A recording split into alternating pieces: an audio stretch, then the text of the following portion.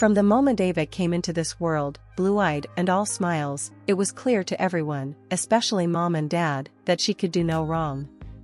Me? I was the other daughter, the one who got whatever was on sale, second-hand thoughts, second-hand clothes. You see, Ava needs the best, Mom would say as she sorted through piles of shiny new gifts for my sister and handed me something like a pair of socks or a book that looked like it had been read a dozen times already. It wasn't just about the gifts. It was everything. Ava got the new clothes, the new gadgets, and all the attention. Ava, bless her heart, grew up knowing just how much everyone adored her. And why wouldn't she? She was treated like royalty. That kind of thing changes a person. She learned early on how to get her way, and if that meant stepping over me, then so be it. She'd pull these stunts, you see, tricks that left me holding the bag. Like the time she broke Dad's favorite watch and slipped it into my drawer. Guess who got grounded for a month? And she was slick, too. Got all the relatives eating out of her hand. They saw her as this sweet little angel, while I was the troublemaker, the bad seed. Elise is just difficult, they'd whisper, shaking their heads as if I couldn't hear them. But I did. Every word. Elise, why can't you be more like your sister, was a frequent chorus from Mom. She never missed a beat, especially when comparing me to Ava, who fluttered around like she owned the place. I remember one particular afternoon, we were in the living room, the sun casting long shadows across the carpet. Ava was prancing around, showing off a new dress Mom had bought her, one of those fancy brands you see in store windows. I glanced down at my own clothes, faded from too many washes, and felt that familiar pinch of envy. Isn't she just adorable? Mom cooed, clapping her hands in delight. Dad was on the couch, his attention half on his newspaper, half on Ava. Elise, can you be a dear and fetch your sister's ballet shoes? She has her recital practice soon, and you know how important it is. Mom asked without taking her eyes off Ava. I nodded, heading to Ava's room, which was twice the size of mine and stuffed with toys and gadgets I could only dream of. As I rummaged through her mess to find the damn shoes, I couldn't help but think, why her? Why not me? Here, I said, tossing the shoes at Ava's feet more harshly than I intended when I got back. She looked up, her blue eyes wide, a perfect picture of innocence. Elise, don't be rough. Apologize to your sister, Dad's voice boomed from behind his newspaper. Sorry, Ava, I mumbled, feeling the heat rise in my cheeks. The only one who ever got it, who ever really saw what was going on, was Grandma, Dad's mom. She was tough as nails and didn't let anyone feed her a line of crap. Tom, she'd say to my dad, her voice stern yet not unkind, you're blinding yourself if you think your girls are being treated the same. Elise deserves just as much love and attention as Ava. But Dad would just wave her off, and Mom would roll her eyes like Grandma was just being dramatic. We treat them equally, Mom would insist, but her words fell flat in the heavy air filled with all the things they'd given Ava and not me. Grandma would pull me aside after these talks, her hands gripping mine with a strength that belied her age. Listen, Elise, you've got to be strong. Don't let them dim your light. You're just as bright, just as deserving as your sister, she'd tell me, her eyes fierce and convinced. It was enough to get me through, most days. Graduation day was supposed to be a milestone, a day to celebrate years of hard work. But for me, it was more like the final nail in the coffin of any support I might have expected from my parents. They flat out refused to help with my college tuition. We just don't think it's a good investment, Dad said with a shrug, as if my future was a bad stock option. That's when Grandma stepped in. Her offer to pay for my education wasn't just about money, it was a lifeline, pulling me out of the toxic environment of our home. You're going to do great things, Elise, and I want to see you get that chance, she said, her voice firm, leaving no room for argument. Leaving home for college felt like shedding an old skin. I studied law, a field I chose partly out of interest and partly because it felt like wielding a sort of power I'd never had growing up. College was my realm, a place where my past didn't define me. When I graduated, I didn't bother going back home. Instead, I rented an apartment in the city and started my new life as a lawyer. My younger sister, Ava, stayed with our parents, who were now completely under her spell. Grandma, who kept in touch regularly, often shared stories that painted a clear picture. Ava had them wrapped around her finger, her every wish their command. "It's like watching a queen with her court," Grandma said during one of our calls, her tone a mix of amusement and dismay. I didn't talk much to Mom and Dad. Our conversations were limited and strained, usually prompted by them and only when they wanted to remind me of Ava's birthday or some achievement of hers. "Don't forget your sister's turning 20 next week," Mom would say, her voice cheerful as if this reminder would bridge the gap between us. My own birthday would come and go unnoticed by them, an oversight that stung less with each passing year. One evening, as I sat on my balcony watching the sunset, the city sprawling peacefully below, I made a decision. It was time to truly let go. The grievances and grudges, the constant comparisons to Ava, I had to release them all. I couldn't erase the past, but I could decide how much power it held over my future. My life had settled into a comfortable routine, work, the occasional happy hour with colleagues, and quiet weekends spent indulging in my love for mystery novels. That was until the day Nathan walked into my office. Nathan was a new client, referred by a colleague who thought I'd be perfect for his case. It was some messy business dispute he'd gotten himself tangled in, nothing I hadn't handled before. But from the moment he walked in, I could tell Nathan wasn't just any client. He had this easy confidence about him, a charm that didn't feel forced. "So, you're the miracle worker I've been hearing about?" Nathan said as he settled into the chair across my desk, his smile disarming. I laughed, trying not to show how flustered I was. "I don't know about miracles, but I'll do my best to sort this out for you." The case turned out to be more complicated than I had anticipated, pulling us into a whirlwind of legal strategies and late-night strategy sessions. Nathan was more involved than most clients, always wanting to understand every detail, which meant our meetings were long and frequent. One evening, after a particularly grueling session, Nathan stopped at the door as we were leaving the office. "Hey, Elise, have you eaten yet? I'm starved, and I owe you a meal for keeping you so late. There's a decent Italian place nearby. What do you say?" I hesitated, not used to mixing my professional life with anything personal. "Sure, why not? But just so we're clear, this is strictly a thank you dinner, right?" Strictly professional, he agreed with a wink that suggested he was just as aware of the tension between us as I was. Dinner was a revelation. Away from the stacks of legal documents, Nathan was funny and insightful, sharing stories of his travels and his business adventures. I found myself opening up about my own life, more than I usually did with people I hadn't known for long. As we walked out of the restaurant, the cool evening air felt like a splash of clarity. "Thanks for dinner, Nathan. It was nice to get out of the office for a change," I said, meaning it more than I wanted to admit. "Glad you enjoyed it. And, Elise, I was thinking, once this whole mess is over, maybe we could go out again? No documents or disputes, just us?" I was taken aback by his directness, but something about the idea was incredibly appealing. "I'd like that," I said, surprising myself with my own willingness to dive into whatever this was turning into. The weeks that followed were a blur of courtroom battles and quiet dinners with Nathan. Winning the case felt doubly sweet, not just for the professional victory, but for what it might mean for us. As we celebrated over drinks, Nathan reached for my hand across the table. "Here's to winning cases, and, hopefully, winning over beautiful lawyers," he toasted, his eyes locked on mine. "Careful, counselor," I teased. "You might be charged with excessive charm." His laugh, warm and genuine, was the perfect end to our little celebration. It wasn't long after that when our professional relationship evolved into something more personal. It had been a year since Nathan and I first went out, and every moment felt right with him.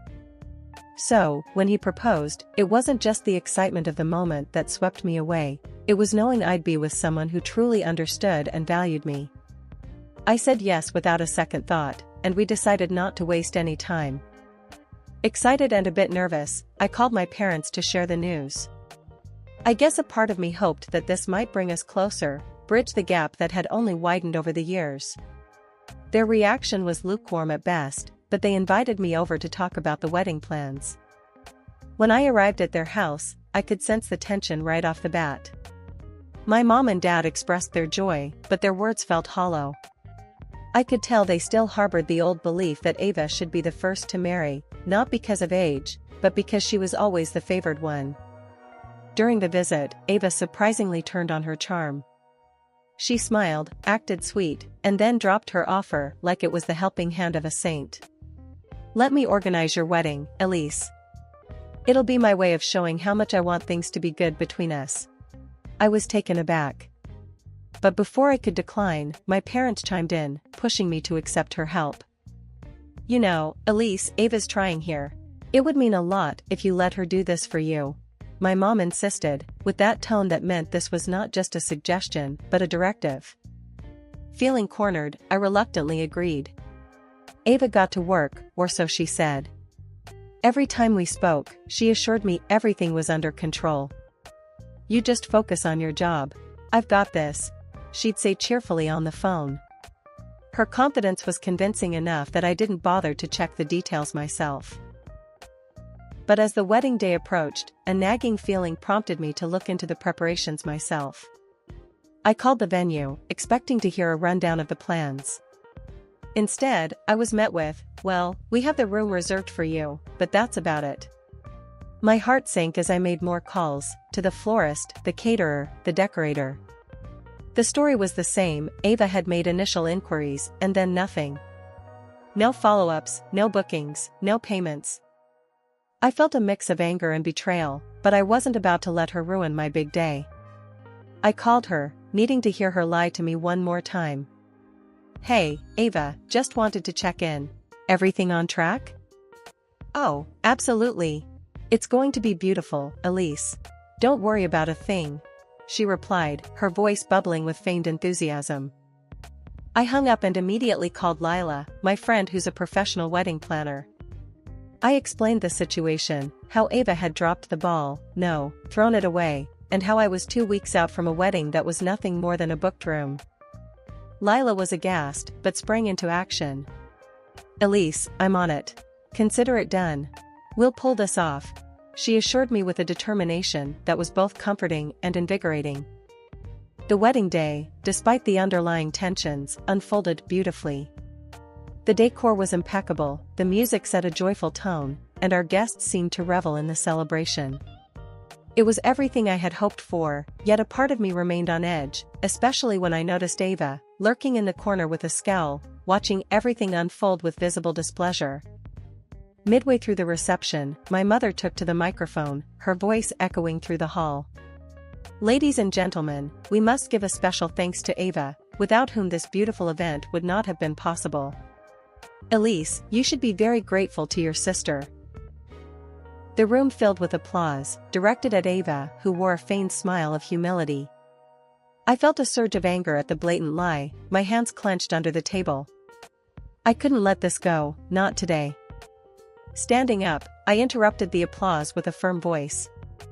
"Actually, I need to set the record straight." The room fell silent, all eyes on me. Ava didn't organize any of this. In fact, she nearly sabotaged the whole wedding. You could hear a pin drop following my declaration.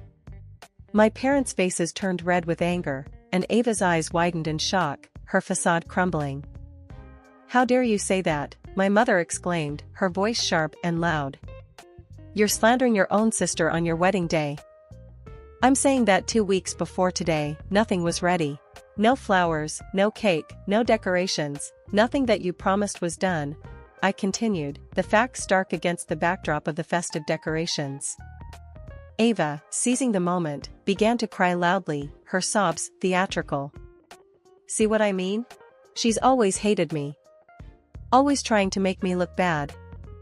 The guests, caught off guard, murmured among themselves, many shaking their heads as they looked at me. It seemed their sympathy lay with Ava, who played the victim to perfection. "It's not slander if it's the truth," I retorted, feeling isolated as the room buzzed with whispers. The tension escalated quickly. Ava, still sobbing, ran out of the hall, adding drama to her performance.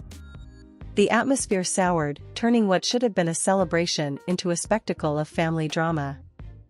Over the next few weeks, the fallout was worse than I could have imagined. Ava disappeared, leaving behind a note that pointed the finger squarely at me. It claimed I had always mistreated her, that I was the reason for her misery. This note turned everyone against me, even those who had known us our whole lives. My parents believed every word, blaming me for her disappearance. Even my grandmother, the one person who had always seen through Ava's manipulations, turned cold. "I can't believe you would push her to this," she said one day, her words cutting deeper than any knife. She announced then that she was cutting ties with me, influenced perhaps by the mounting pressure and Ava's dramatic note. In the aftermath, I found myself increasingly isolated. Friends and relatives sided with Ava, leaving me to navigate the harsh reality of being ostracized by those I loved. Despite the joy that my marriage to Nathan should have brought, these events cast a long shadow over our new life together. The months following our wedding saw Nathan increasingly absent, his business trips stacking up like the unread books on my nightstand. Our conversations dwindled to polite updates, our moments together, once filled with laughter and shared secrets, now felt more like obligatory check-ins. One chilly evening, as I sorted through some bills and receipts, a particular slip of paper caught my eye. It was a credit card receipt for a high-end women's boutique, $2,000 worth of dresses and accessories. Confusion washed over me. My birthday had passed without any gifts, and our anniversary was months away. I didn't confront Nathan. Instead, I opted for a route that felt both invasive and necessary. I hired a private detective. The detective was a gruff man named Carl, who listened to my story with a noncommittal grunt. "I can look into it, but are you sure you want to know what I might find?" he asked, his voice gravelly. "Yes. I have to know," I replied, my resolve firm. 2 weeks later, Carl's call came. "I have the results," he said simply, his voice neutral.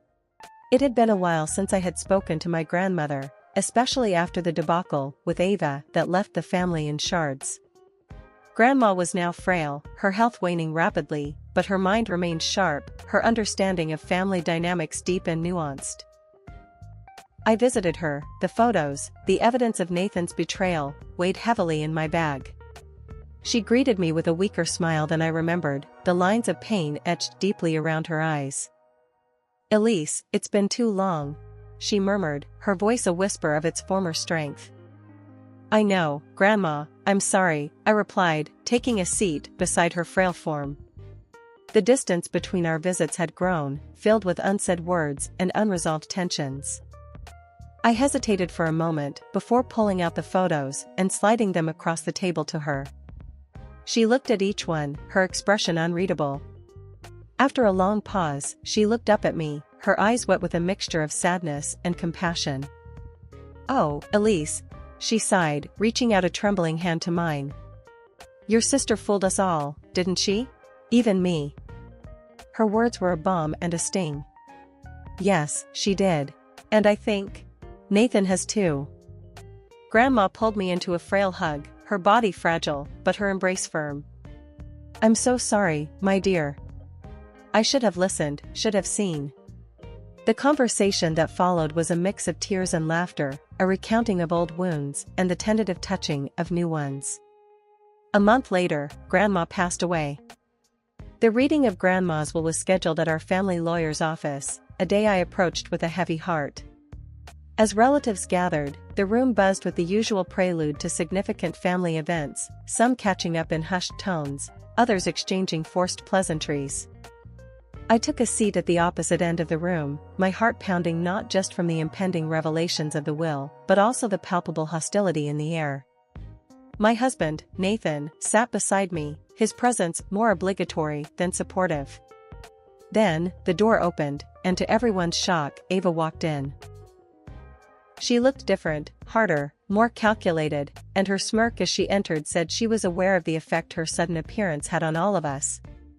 My parents, teary-eyed from surprise and immediate joy, rushed to her. "Oh, Ava, you're back," my mother exclaimed, engulfing her in a tight embrace. Dad, Mom, Ava greeted, her voice smooth as she returned their hugs, but her eyes scanning the room, landing on Nathan and me with a gleam of triumph. Without hesitation, she approached him, leaned in, and kissed him possessively. Nathan, betraying no surprise, reciprocated with equal fervor. The room fell silent, stunned. Pulling back, Ava turned to face the room, her smile now a smirk. I planned my disappearance, she confessed loudly, enjoying the shock her words caused. It was all to ensure Grandma would leave everything to me, thinking Elise had driven me away. The revelation sent a murmur of disbelief around the room. My parents looked from Ava to me, confusion etching their faces. The lawyer, Mr. Hartley, cleared his throat, bringing attention back to the matter at hand. If we may continue, he said, before reading out the will. To everyone's shock, especially Ava and Nathan's, Grandma had left everything to me. Ava's face turned from smug to stunned. This can't be right, she stammered. Check it again. Mr. Hartley adjusted his glasses, his tone professional. The will is quite clear. Your grandmother made her final amendments very recently. I stood, my voice steady as I addressed the room. I've known about their affair for months. Ava hasn't been in hiding from us, she's been living in the city where Nathan often travels for business. I pulled out the photos and evidence from the detective. I laid them on the table for everyone to see.